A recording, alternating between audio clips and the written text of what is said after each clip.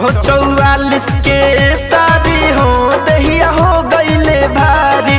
444 के साड़ी हो दहिया हो गईले भारी। किया रे कोठा ऊपर सैया जेवना मांगे ए अम्मा जी। कोठा ऊपर सैया जेवना मांगे ऊपर से करे रंगदारी हो दहिया हो गईले भारी।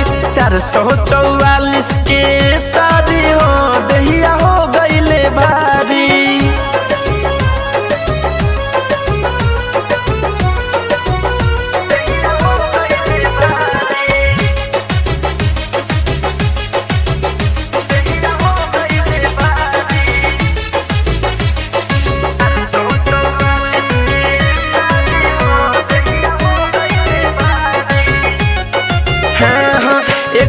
में हमर भारी जो बनावा ऊपर से 10 थान बरुए गहनावा।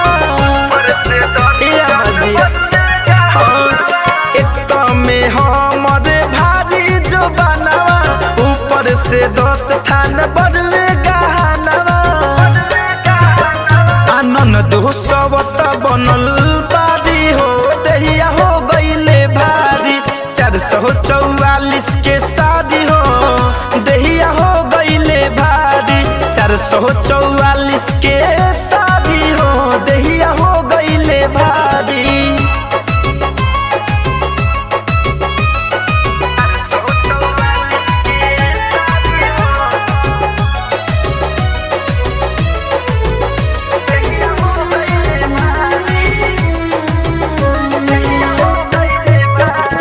अजय धनंजय से कैसे बताई खाए के मन करे हमारा खटाई। ए अम्मा जी सुनतनी हाँ अजय धनंजय से कैसे बताई खाए के मन करे हमारा खटाई। मन मोही धरसया काबारी हो दहिया हो गईले भारी।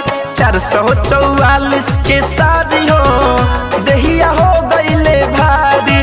444 के